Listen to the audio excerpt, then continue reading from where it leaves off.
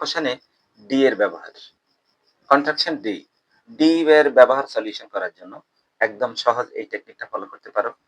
D কখনো would হিসেবে ব্যবহৃত হয়, আবার ডি দ্বারা কখনো হ্যাড ব্যবহার করা হয়। ডি দ্বারা কখনো উড বুঝাবে, কখন হ্যাড বুঝাবো। আমরা খেয়াল করব ডি কখনো উড কখনো হ্যাড।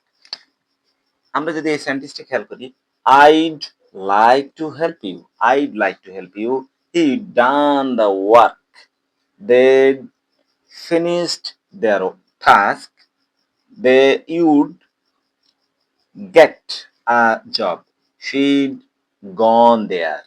এখন এই পাঁচটা সেন্টেন্সে আমাদেরকে যেই জিনিসটা খেয়াল করতে হবে, ডি এর পরে যদি বি ওয়ান অর্থাৎ ভার্বের প্রেজেন্ট ফর্ম হয়, ডি এর পরে যদি মূল ভার্বের প্রেজেন্ট ফর্ম হয়, তাহলে এ ডি দ্বারা আমরা উড বোঝাবো।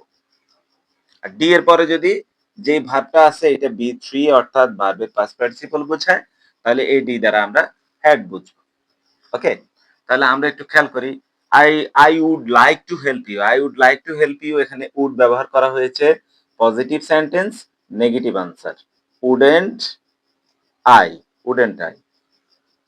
হি, ডি এর পরে যেহেতু ডান, ডু ডিড ডান, ভার্বের পাস্ট পার্টিসিপল, তার মানে এই ডি মানে হচ্ছে had, positive sentence, negative answer, hadn't, hadn't he. D এখানেও মূল ভার্বটা পাস্ট পার্টিসিপল আছে, তাহলে hadn't they, hadn't they. would get v1 ভার্বের প্রেজেন্ট ফর্ম, তাহলে wouldn't you.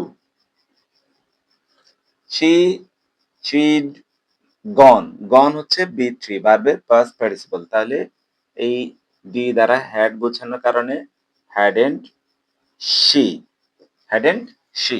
আশা করি আজকের ক্লাসটি বুঝতে পেরেছ। আমার পেজটি অবশ্যই ফলো করবে এবং অন্যদের কাছে এই ভিডিওটি শেয়ার করে দেবে। ধন্যবাদ সবাইকে।